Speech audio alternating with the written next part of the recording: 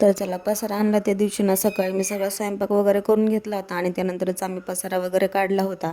तर सगळ्यांचे नीट जेवणं वगैरे करून घेतले होते आणि त्यानंतर मग पसारा वगैरे न्यायला चालू केलं होतं. त्यानंतर इकडे नवीन घरी आणून टाकला होता. तर तुम्ही बघू शकता की बेडरूम आणि हॉल दोन्ही पण पॅक झालं होतं, एवढा सगळा पसारा होता. आणि त्यातली त्यात माझा बाबडा तर एवढा दमला होता ना, तिथे गॅलरीमध्ये त्याला झोका बांधला आणि झोपी घातलं.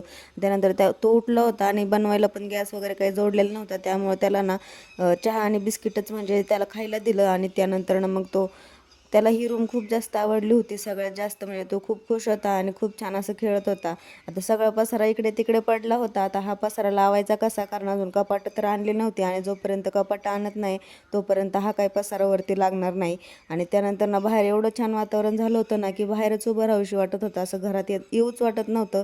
आता नवीन नवीन सवय होईपर्यंत नाही तर करमायचं नाही, पण त्यानंतर इकडे खूप छान आहे, सगळी शांतता वगैरे पण आहे आणि रूम पण खूप मोठे मोठे आहेत. तर चला भेटू नेक्स्ट व्हिडिओमध्ये.